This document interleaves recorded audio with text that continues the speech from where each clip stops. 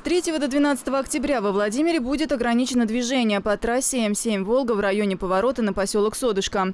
В этот период участок дороги будут ремонтировать. Автовладельцы смогут объехать перекрытие через микрорайон Веризино от дома номер 5 по улице Куйбышева до поворота на улицу Апольевскую. Изменится и схема движения общественного транспорта.